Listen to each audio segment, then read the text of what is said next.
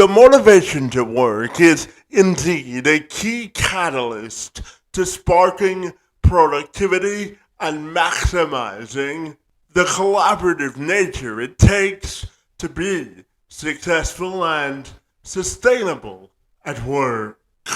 Convincing people to return to the workforce across America has many employers grappling with the Great Reshuffle as we reevaluate how we want to show up in our professional lives. Our friends at the U.S. Chamber of Commerce have some food for thought from a statistical perspective that will bring some clarity to the matter. The entity reports if the workforce participation rate was at February 2020 levels, we would have an additional 1.47 million workers currently populating the workforce. The Chamber says that this work shortage is affecting all industries in every state. They also say even if every unemployed worker filled labor shortages in their respective industries, there would still be millions of unfilled positions across America, leading to a heightened and highlighted labor shortage. Now the question is, how can we address this issue head on and put people back to work? My friend Julius Richardson may have some impactful and insightful nuggets of information we can all chew on to solve this prevalent problem. Richardson is the CEO of Sunrise Talent Solutions. It's a pro-staffing firm which provides innovative and sustainable talent strategies while reducing administrative costs. From identifying the next generation of Marines to workforce leaders, Richardson comes to the table with decades of experience in talent acquisition strategies and leadership development. His life and professional experience has helped him to create innovative and sustainable, diversely populated talent pipelines. And he joined me this week to have a discussion about what steps anyone in the talent acquisition game has to take to recruit, retain, and sustain a diverse and intelligently populated talent pipeline to make sure that our productivity at work matches our desire to do it. I'm Kevin McShann. Let's have this conversation.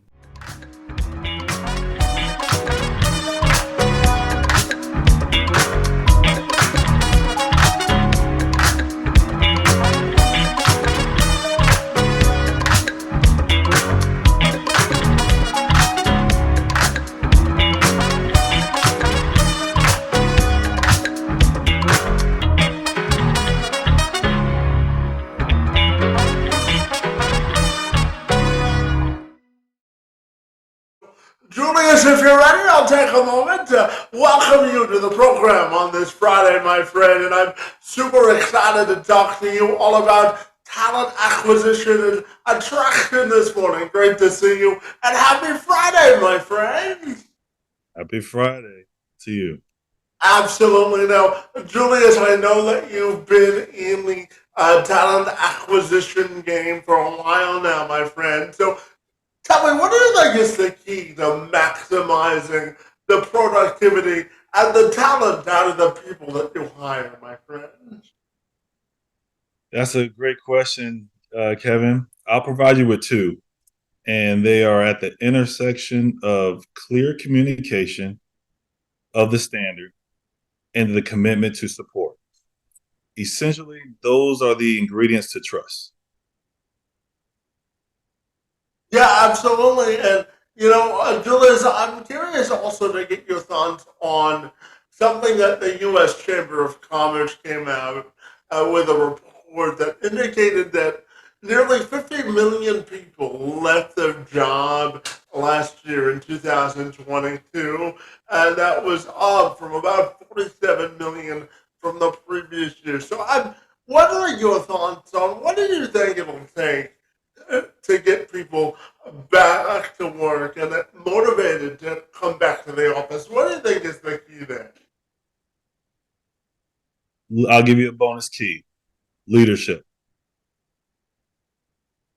Yeah, and that can come in many forms. So, what do you think um, when we talk about leadership at work? What do you think makes a great corporate or a team leader within the human resources sort of environment, my friend? Yes, I believe leadership within HR is a phenomenal opportunity to be a change agent. And if you are one to make positive change, what better opportunity and career to do that with is in HR and specifically in talent acquisition. It's incredibly multifaceted. You get to learn new incredible skills, new trends in the marketplace. And if you're able to, once you're able to extend and continue into your career, the more opportunities lends itself to an array of opportunities that will give you a perspective that you can then in turn articulate into the challenges of the organization. Yeah, absolutely. And Julius, what do you think it'll take to take a more inclusive lens to hiring when it comes to thinking with an inclusive mindset to incorporate individuals with disabilities and other minority groups into the talent acquisition and hiring process. So, what do you think it'll take to get a more inclusive lens when we look at hiring, my friend? What are your thoughts there?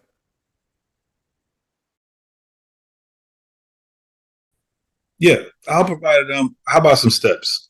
Here's some proactive steps. Create a clear anti-discrimination policy that's adhered to throughout the organization. Review pay and benefits, total rewards to ensure they're fair and equitable. Accommodating all the diverse needs, special requirements of the workforce. Choose a diversity type and then build upon that. Most importantly, welcome the differences. Don't fixate on the metrics, as this is the inclusion of DEI. I'll share with you that recently 3M, a packaged goods company, was founded in 1902 and currently employs 93,000 people. It offers several employee resource networks focusing on women in leadership and fostering awareness and understanding of the LGBTQ community. Their DNI initiatives resulted in an increase of 90% global pay equity, 65% global diversity in management, and 76% employee satisfaction with inclusion. Yeah, absolutely. And when we take an inclusive lens to hiring, it allows us to take a more competitive edge when we look at sort of winning over our nearest competitor, doesn't it? So it provides a competitive advantage when you think about inclusion, doesn't it?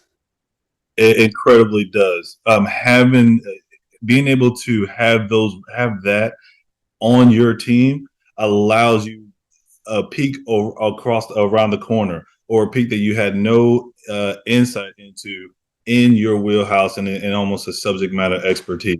So, tapping into that is a phenomenal resource that should be embraced.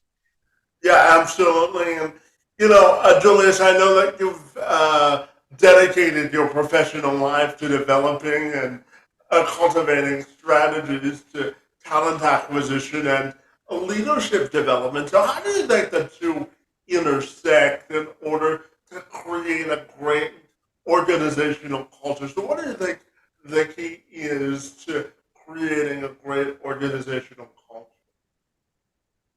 I say becoming involved.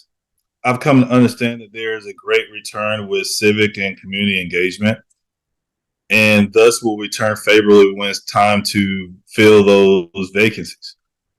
Some examples of becoming involved with diverse institutions like the Veteran Service Organizations, VSOs, historically black colleges and universities, HBCUs, tribal colleges and universities, or the ARC, which promotes and protects the human rights of people with intellectual and developmental disabilities and actively supports their inclusion and participation in the community. An example of building and maintaining and improving talent acquisition strategy serves those organizations best. Yeah, absolutely. And, Julius, I'm also wondering your thoughts and curious to see your perspective on the term, the Great Reshuffle, because, the labor relations needs and talent acquisitions needs are nimble and they're subject to change in today's labor market. So when we think about the term, the Great Reshuffle, when we had the pandemic, we talked about the Great Resignation, but as we sort of get our feet under us. I'm curious to get your thoughts on what comes to mind when we talk about the Great Reshuffle, when we talk about structuring workplaces.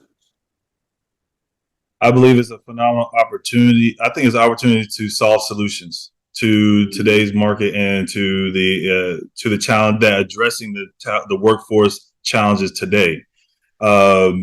Many of those reshuffling, there's going to be opportunities that, though, with that, allow opportunities to where internal mobility, whether it be transferable, and be able to identify opportunities that were may have been overlooked by the organization, and finding an opportunity to address that business case and providing that to an individual within your talent within that restructure allows for great benefit for the organization to come out on the other side. Yeah, absolutely. And having talked about the labor shortage, but there's also numbers that indicate that unemployment is at historic lows from a national perspective, but we still have a large number of unfilled positions. So, what do you think is the disconnect, and how do you think we can close that gap? You can see talent, and there's definitely a gap. And I'm going to focus on the word leadership. Back to what I was saying. You mentioned there is a shift, and there is a paradigm shift in today's economy. 82% of recruiters say advising business leaders will become more important element of talent acquisition's role over the next 5 years. That's according to LinkedIn's 2019 Future of Recruiting report. And so there's an opportunity, again, like what I mentioned, was to course correct the misalignment between leadership and HR. And for, again, my 2 cents, who is more equipped to not only discuss the inside of the business than talent acquisition, who is already aligned with many of the operations day to day in the business, and who also monitors the external marketplace, conducting competitive intelligence. Yeah, absolutely. And from a more broad and general perspective, Julius, I'm curious if you think there is sort of a shortage of elite leadership in today's business world. What side of the fence did you fall on there, my friend? It's imperative to have sound leadership, and I'll say it like this: there's a clear, distinct difference between leadership and management. And leadership are those who are in positions who are ambassadors of trust. Yeah, absolutely. And you and I both know that minority groups, specifically black and brown individuals, have a more have an uphill climb sometimes when it comes to ascending to positions of leadership. So I'm curious for the black and brown community specifically. What do you think is the key to giving them the tools necessary to ascend to leadership positions? I don't believe tools are necessary. I believe that go beyond the tools and provide and empower the talent that is there to provide to help them to not to help them. You're not helping, excuse me, but providing the empowerment and support needed and necessary to achieve that to achieve their goals. Yeah, absolutely. So let's build on that. What's your definition of workplace empowerment, my friend? Workplace empowerment is having the ability to welcome your entire self with the whole person concept, being able to maximize your true potential in an environment that is not only physically but psychologically safe to where you can bring your ideas and your perspectives.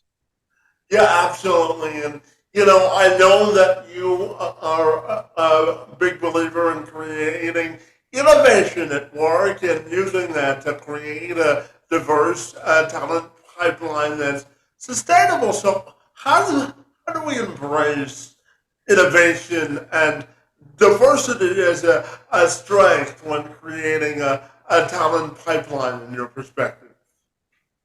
Phenomenal question.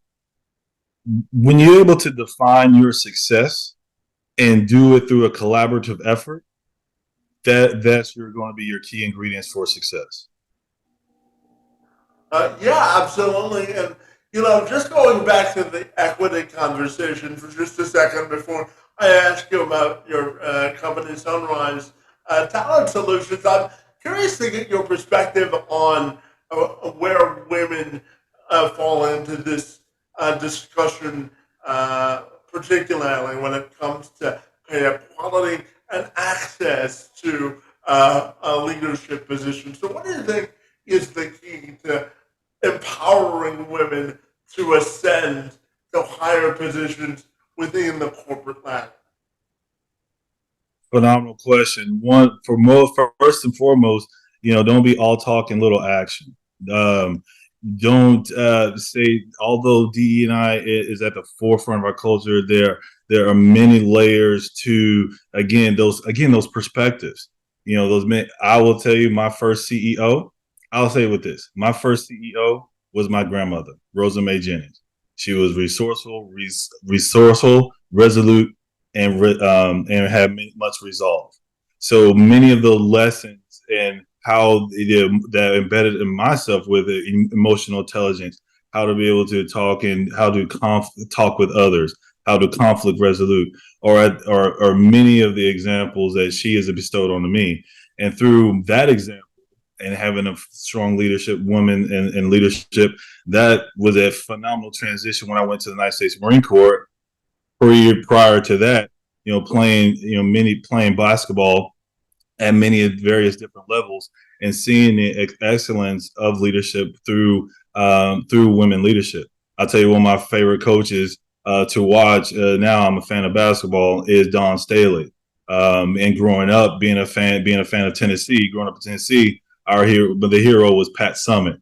So, recognizing those hallmarks in those leadership tends to yield great results. Yeah, and I'm curious, does your athletic background help you gain a competitive advantage in your business sort of realm? Because I know you also served in the Marines and you bring the same level of, dedication and commitment to the business world. But does that also transcend because of your athletic background? So it does help and it does hinder. There is a unfortunate connotation to where one is only because of their physical being. There's many times where I will be introduced into a conversation, and you can recognize that the the conversation will make a quick shift once I'm unable to meet the expectations of the person who I'm meeting. When they'll say, "Oh, you must have played. You have the physical presence of a professional football player. Where did you play?" No, I didn't play. I didn't play a sport. I didn't play professionally, but I am a professional. So those are things that you walk away with going beyond just what is actually seen, and that allows me to, when I engage someone, to really get to know who they are and meet them where they're at. Yeah. I actually want to go back into your previous question when you're talking about women leadership. Being in HR, there's a quote, and forgive me, I believe it's Tracy Keogh with Netflix, and there was a story that I've heard that she was going into an executive meeting, and the leadership there stated, "Hey, it's great to have HR at the table," and she takes a moment and she replies with a sly smirk and replies, "We are the table." Yeah, well, it's thinking beyond the label, and as you know, Julius, I work with organizations to help them build a more inclusive culture, and it's all about discarding the label and looking at the person for the talent they bring, isn't it? Absolutely. I'll tell you another example. Airbnb measure its hiring data for a specific role, data scientist. They found only 10% of their data scientists were women, and only 30% of the applicants for its role were women. And to combat that issue and to ensure Airbnb was a more gender diverse, they analyzed and revised their talent acquisition process by creating a series of panels to highlight women in data science. They required that at least half of the interview panels were women. And then they proactively published articles showcasing female data scientists. Yeah, and I know the mission behind your company, Sunrise Talent Solutions, my friend, is to create sort of those innovative strategies that we talked about, uh, which sort of create a diverse talent pipelines and reduce administrative costs, my friend. So I'm wondering if you can tell me about your staffing firm and what it's all about, my friend. Yes. So what we do, we partner with HR and their leaders to, again, like you mentioned, we improve their administrative costs, their attrition, and we improve their efficiency, their retention. And we do this by multiple means of service, highlighted by our years of experience and our extensive partnerships. And I'll leave it with this: we partner with those organizations to improve their KPIs with our TLCs: talent, leadership, and culture. Yeah, and my friend, I'm wondering why you believe talent leadership and culture is such a major part of sort of the triple threat of success when we talk about talent acquisition. What do you think you would say there? You can't inherently see talent. You must trust the process. And I'm a believer of hiring for character and training for skill.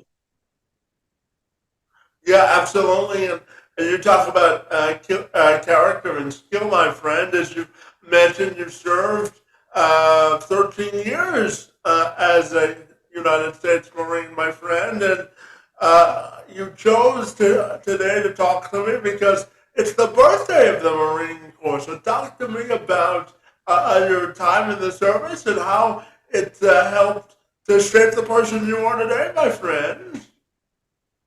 It's one of the cores of it. And happy birthday to the Marines, past and present, into the future. Happy 248 years of faithful service.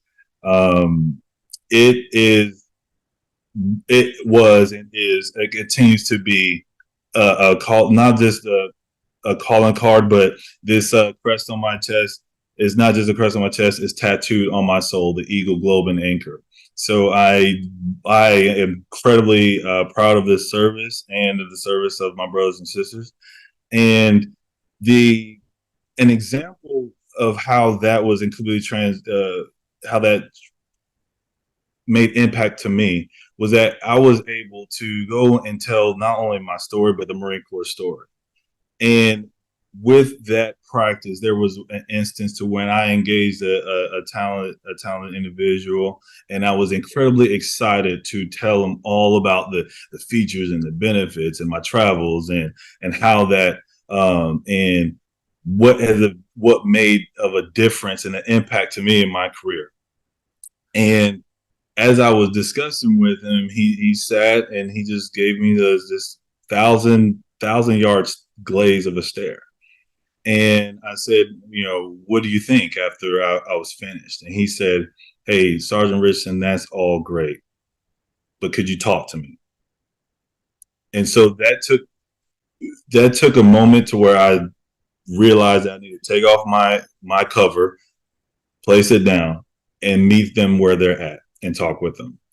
And recognizing that I am an ambassador yet again, and being able to meet them where they're at, to see their goals and understand their needs, that led me to throughout my professional career in talent acquisition to when I'm on the phone speaking with the hiring manager or meeting with the hiring manager, kneecap to kneecap, shoulder to shoulder, to identify what their team struggles are, where their team objectives are, what business outcomes and KPIs that they need, and identify what that talent looks like.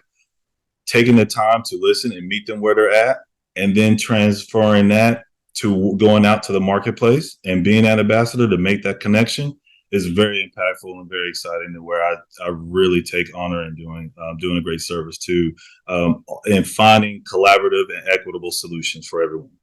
Yeah, absolutely. And, just out of personal curiosity, my friend, I'm wondering, how do you think we can attract a more diverse sort of skill set and group of people to apply to serve their country in the Marines or the armed forces in general? So, what do you think is the key to developing a strategy to attract a more diverse talent pipeline to serve in the services, my friend? There's much benefit to service, and one has to recognize what they're willing to sacrifice for that of that, or take on that honor of service, and recognize that there's going to be much sacrifice of that service. There's been many studies on the impact on the talent strategies and how effective they are. And one of the the best examples is Dr. James Cotton, who studied his special operations, the talent pools there, and really distilled the process and what it takes to have a successful talent strategy. Now, with that being said, once you build that process, it's always a working process. It's a combination of science and is definitely an art to it. Absolutely. And, Julius, I asked you earlier specifically about folks with disabilities and choosing them into the workforce, but I also wanted to ask you about inclusion under the lens of really making the commitment, because I think when you want to talk about inclusion, it's one thing to check a checkbox at the end of a yearly review on how you did it, but it's an entirely different thing to sort of make the commitment to having organizational inclusion. So, what do you think is the key to making an overall organizational commitment to inclusion? Inclusion happens when employees feel a sense of being included, and again, they can bring their value to the workplace. The results of those cases have become more successful and at the forefront. Businesses that do not have a process and who cannot define success in hiring, it will humble you. I don't know anyone who wants to work in a revolving door, and that is what you'll have in the absence of having an inclusive, talent-rich led by a phenomenal leadership at the helm. Absolutely. And Julius, how do you define a transformational leader? Yes, transformational leadership. I would suggest what transformational leadership is when you have those aha moments when you're in the spirit of leaving it better where you found it. It comes when you're able to take a moment to stop and recognize that, hey, the impact that I have or that I'm about to, the action that I'm going to take is going to have not only this immediate result, but is going to have a cascading effect and both to the left and to the right as well, to the right, left and right lateral limits. So recognizing the seat that one is in, and you don't have to be given a title to lead. You can, one can lead from their seat, but being able to master where one is at in their seat and be able to make effective and sustainable changes with their colleagues and their teams and with their organization, making an impact, that is there is a transformational leader. Yeah, absolutely. And Julius, for you specifically, I'm wondering, why do you love what you do every day? What's your internal motivation to add your voice to creating these diverse talent pipelines? So why do you love what you do? Leave it better where you found it. Simply put, I know that I'm making a difference.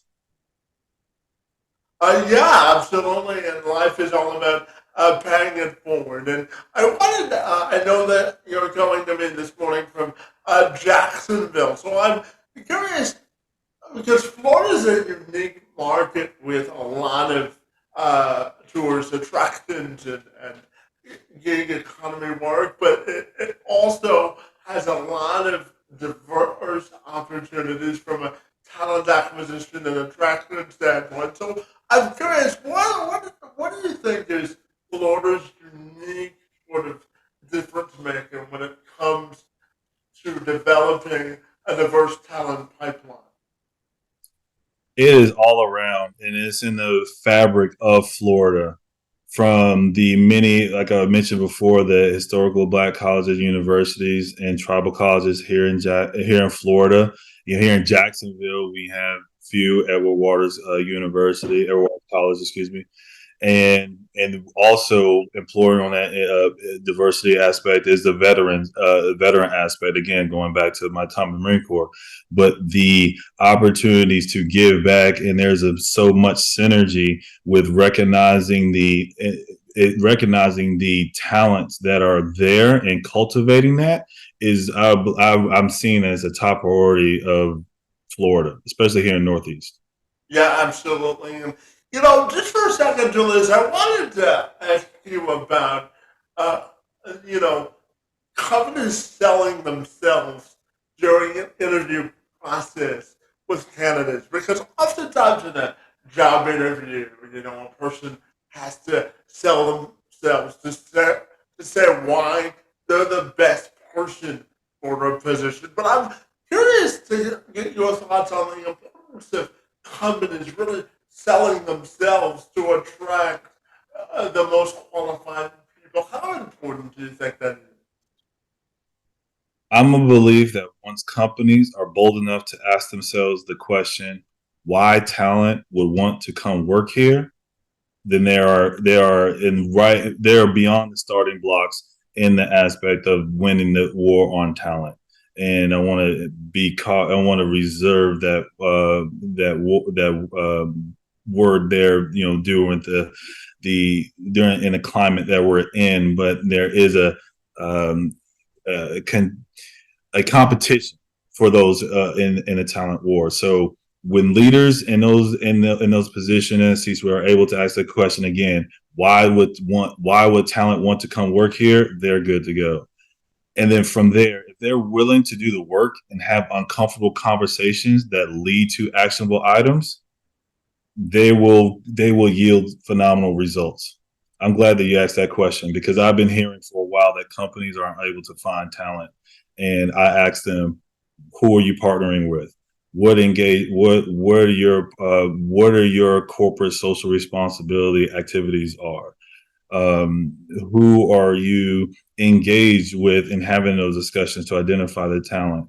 And so, yes, it's absolutely critical for a more active approach for the leaderships to ask themselves, why do people want to work here for that pool of talent?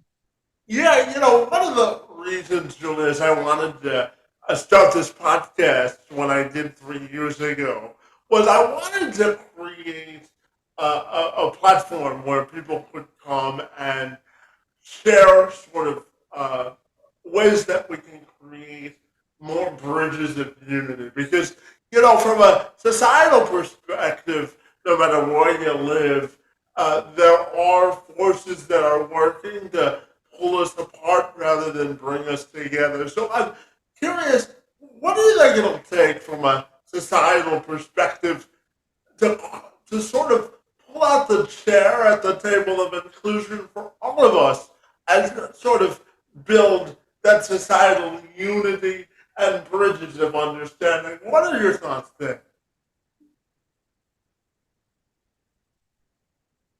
I'll quote James Baldwin. He said once, we can love each other and disagree. However, if your disagreement is rooted in my disenfranchisement, a denial of humanity and right to exist. Yeah, absolutely. And my friend, as we end our time together this morning, I'm curious to ask you finally, when you look at your life and your legacy, my friend, how do you want your professional and personal legacy to be defined? Again, so we are celebrating 248 years today of service of the United States Marines. And in that, we understand the training, the sacrifice, and the toll that we must endure to get to the point to defend the nation and to be no better friend and no worse enemy to our adversaries. Having said that, in that, we know what it takes to prepare for war and compromise to seek peace. And I do seek peace, and especially during these times. And my peace is in alignment. Is in my alignment with my profession, which is in talent acquisition, my purpose, which is helping others, and my passion, which is being able to engage and inspire others to what's been said to be impossible. Yeah, absolutely. And my friend, finally, tell me if people want to get connected with you, my friend. What's the best way they can do that? Absolutely. You can find me on LinkedIn, Julius Richardson, MSOL. You can find me on my website, www.sunrisetalentsolutions.com. Yeah, absolutely, my friend. And I want to sincerely thank you for your work and dedication to bringing more diversity, equity, and inclusion to the workforce, my friend. Your work in the space and time on my behalf this morning is most appreciated. And I want to thank you for being here. Kevin, I'm incredibly grateful for the opportunity and have this conversation. I look forward to the next.